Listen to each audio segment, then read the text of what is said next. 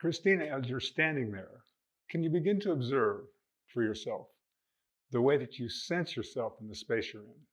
Your sense of stature, your sense of size, the internal sense of dimension that you have, the way you spread your attention from within yourself into the space you're in. And notice for yourself, is it easier for you to sense the space in front of you or the space behind yourself? Is it easier for you to sense the space to the right of yourself or to the left of yourself? How far is it to the ceiling?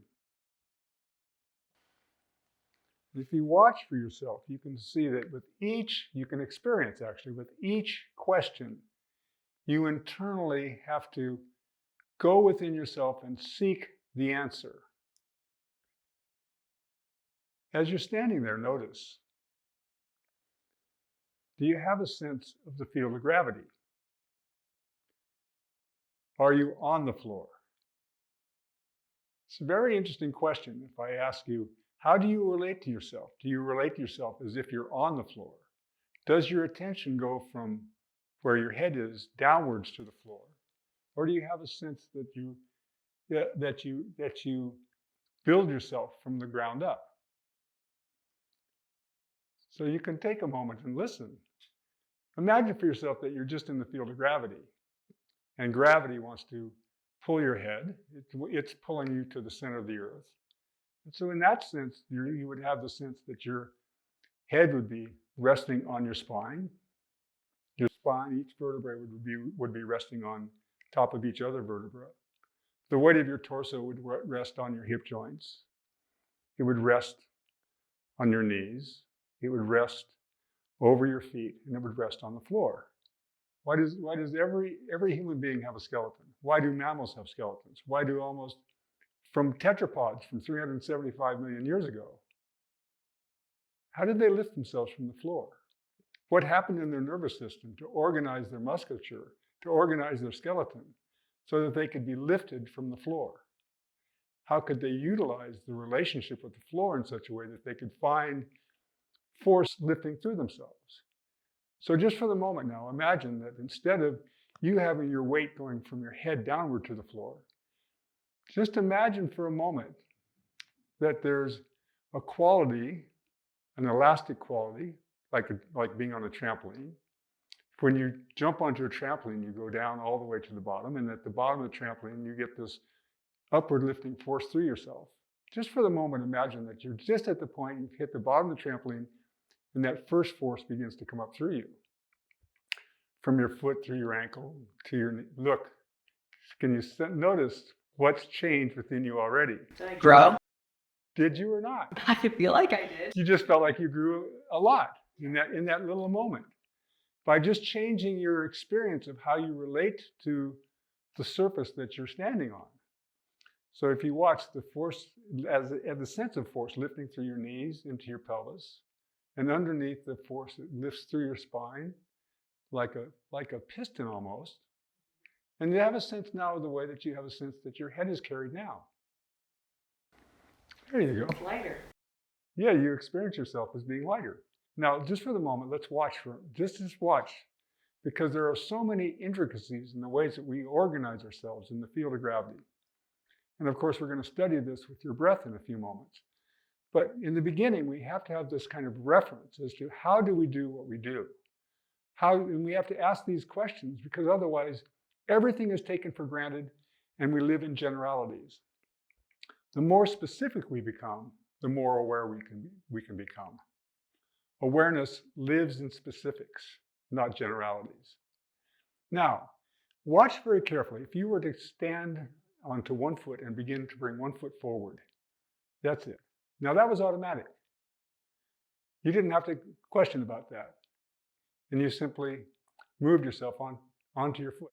Now, it's interesting. When you went onto that foot, you did something different.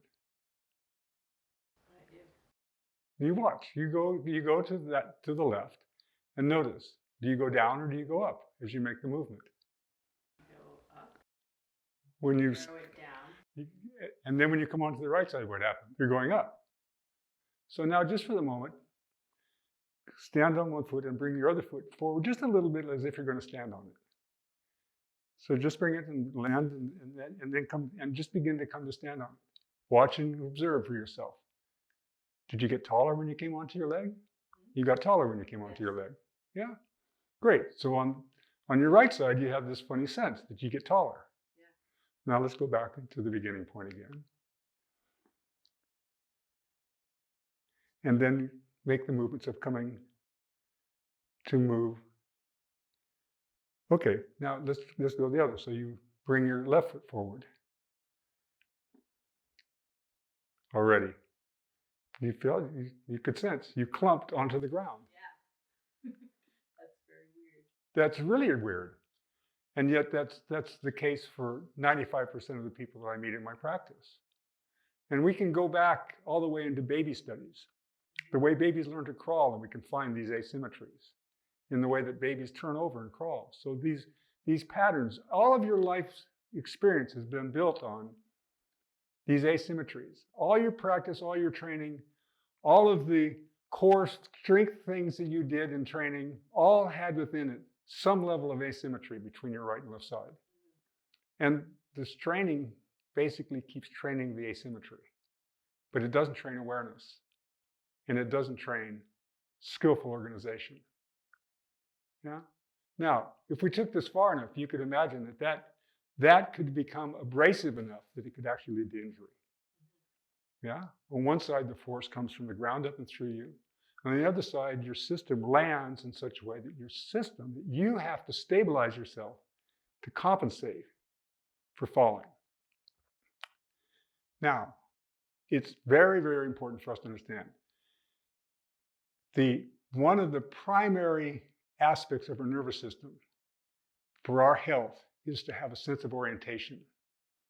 We will always seek to maintain our orientation in space.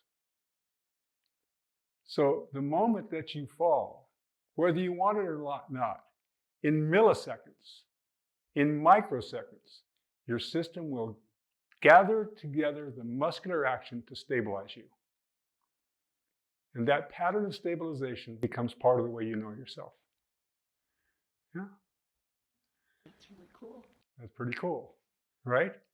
So here again, it's an opening doorway into how is it that we actually organize ourselves to be in the field of gravity in such a way that we can work with ourselves, for ourselves, with a sense of composure relative to the habits that we've formed for ever since we were born.